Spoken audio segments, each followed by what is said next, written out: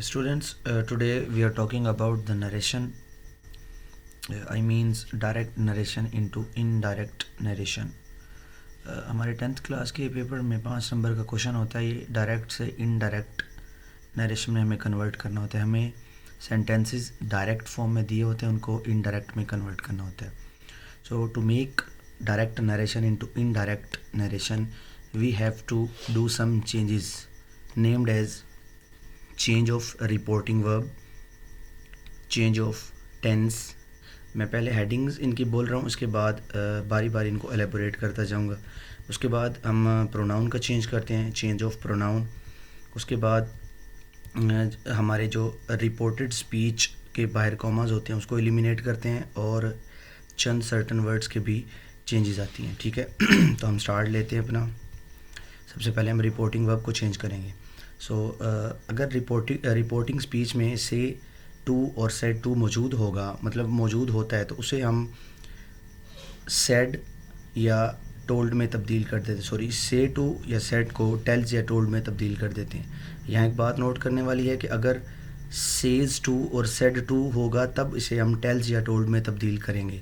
अगर से अकेला होगा या सेड अकेला होगा तो उसे टेल्स या टोल्ड में तब्दील नहीं किया जाएगा, उसे एज सच लिख देंगे. यहाँ एक और कॉन्सेप्ट है, अगर इस तरह समझ आ जाए, अगर हमारे पास रिपोर्टिंग स्पीच में ऑब्जेक्ट मौजूद हो तभी हम सेज टू को, यानी कि सेज जो रिपोर्टिंग का वर्ब होता है, उसको टेल या टोल्ड में तब्दील करते हैं. ठीक है जी. चेंज नंबर 1 ये हो गया. उसके बाद हमारे पास दूसरे नंबर पे जो चेंज आता है वो है टेंस का चेंज. तो अगर रिपोर्टिंग स्पीच में हमारे पास प्रेजेंट और फ्यूचर टेंस मौजूद हो, if present or future tense is present in the reporting speech of the sentence, then no change in tense is take place in a reported speech. अगर हमारे पास reporting speech में कोई present का tense आ जाए या कोई फ्यूचर का tense आ जाए तो हम रिपोर्टेड स्पीच में टेंस का चेंज नहीं करेंगे. Point number 2, if reporting speech has past tense then following changes will takes place. अगर रिपोर्टिंग स्पीच में हमारे पास पास्ट टेंस आता है तब ही हम रिपोर्टेड के टेंस को चेंज करने के काबिल होंगे.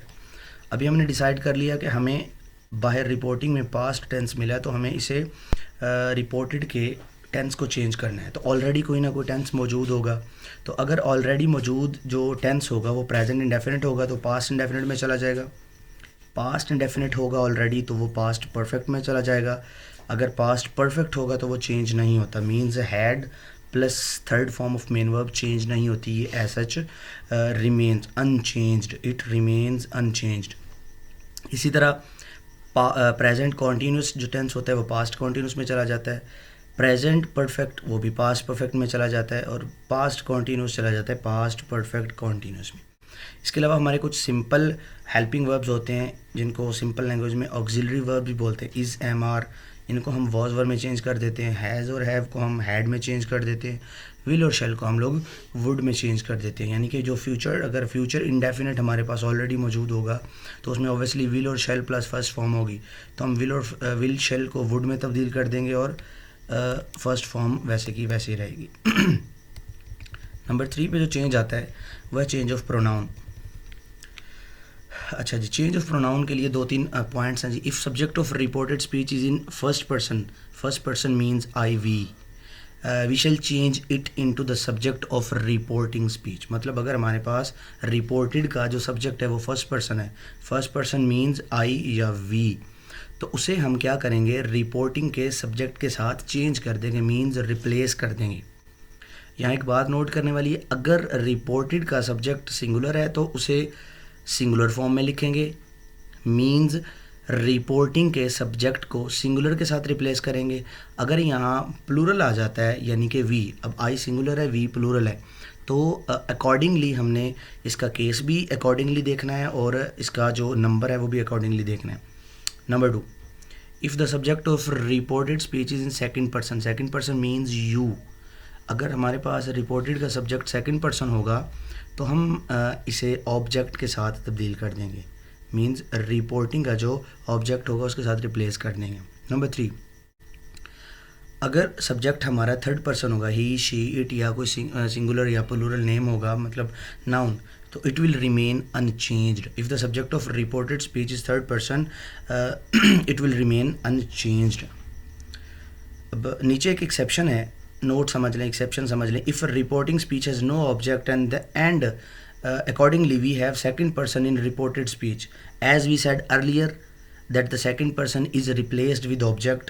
Now there is a situation that we have second person in a reported speech and we don't have reporting object, so then we will suppose me, the word me, हम इस word मी को as a object suppose करेंगे और उसके accordingly you को इसमें तब्दील कर देंगे. अगर मी यहाँ ऑब्जेक्टिव केस है तो जहाँ जब रिपोर्टेड के सब्जेक्ट की जगह जाएगा तो ये आई में तब्दील हो जाएगा, मीन्स सब्जेक्टिव केस में तब्दील हो जाएगा.